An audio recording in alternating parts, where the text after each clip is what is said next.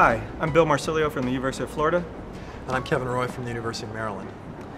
Today, American fathers and many fathers from around the world care for their children in all sorts of family arrangements. In our new book, Nurturing Dads, we draw on the stories of 317 men we interviewed for 7 different studies. Our interviews allow us to explore how being a good father means much more than just simply being a breadwinning resident dad. Starting with fathers' nurturing spirit, not their wallet, we focus on the efforts to encourage and enable fathers to become more committed and responsive caregivers.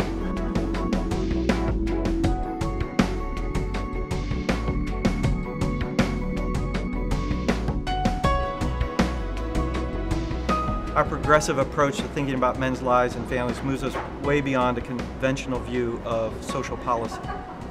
We identify numerous social initiatives that can enhance men's opportunities to nurture their children in varied circumstances. We support efforts that are consistent with recent cultural trends to showcase men's nurturance as depicted in popular media and lived out every day by millions of fathers. We focus on possible contributions by federal and state agencies, work sites, advocacy groups, courts, the media, and other stakeholders. At the same time, we emphasize the value of forging productive partnerships between different groups. The initiatives we target deal with resident biological dads and stepfathers. They can be married, cohabiting, or single. And we also write about the dads who live apart from their children because of military deployment, being in jail, or because of a relationship breakup between the parents. As an interdisciplinary writing team, we tailor this book to a broad audience of stakeholders who are invested in children's lives. Policymakers, fatherhood program staff, youth workers in communities, reproductive health advocates, as well as scholars and students in fields such as sociology, child and family studies, gender studies, and social work. The book, which is published by the Russell Sage Foundation, is part of the American Sociological Association's long-standing Rose series, and that series addresses significant social concerns. And although fatherhood has been on the policymakers' agenda in recent decades, we frame the key issues and solutions in new ways.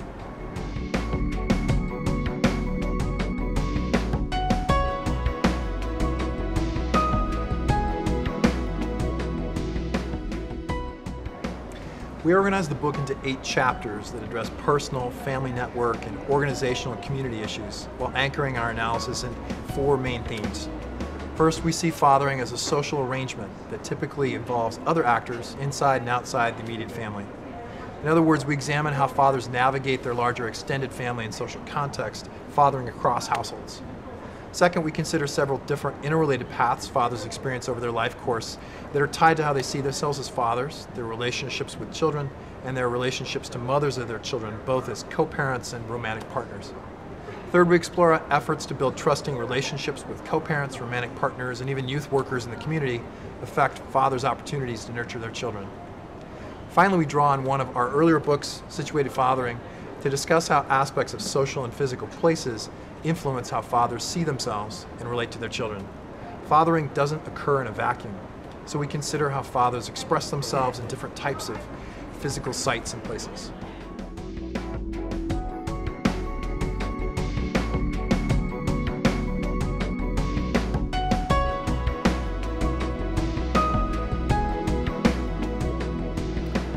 In Nurturing Dads, we take seriously the real challenges that contemporary fathers face caring for their kids. For example, we know that too many men are responsible for unplanned births.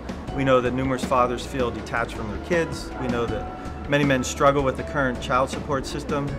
And we know that 60% of fathers in dual-earner couples report work-family conflict of some sort, whereas only about 35% did so in the late 1970s. So we challenge those with vested interest in promoting healthy families to help fathers build intimate and unconditional bonds with their children. If these stakeholders work together, their collaborations will change the policy landscape for engaged fathering. These collaborations will also change the cultural landscape so that nurturance becomes a fundamental aspect of good fathering. Ultimately, what we want to do is generate fresh thinking about dads, nurturance, and social change.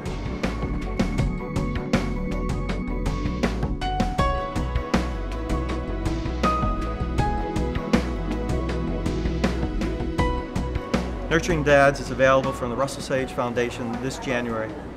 For online updates and information about the book, or to pre-order your copy, visit www.russellsage.org/nurturingdads.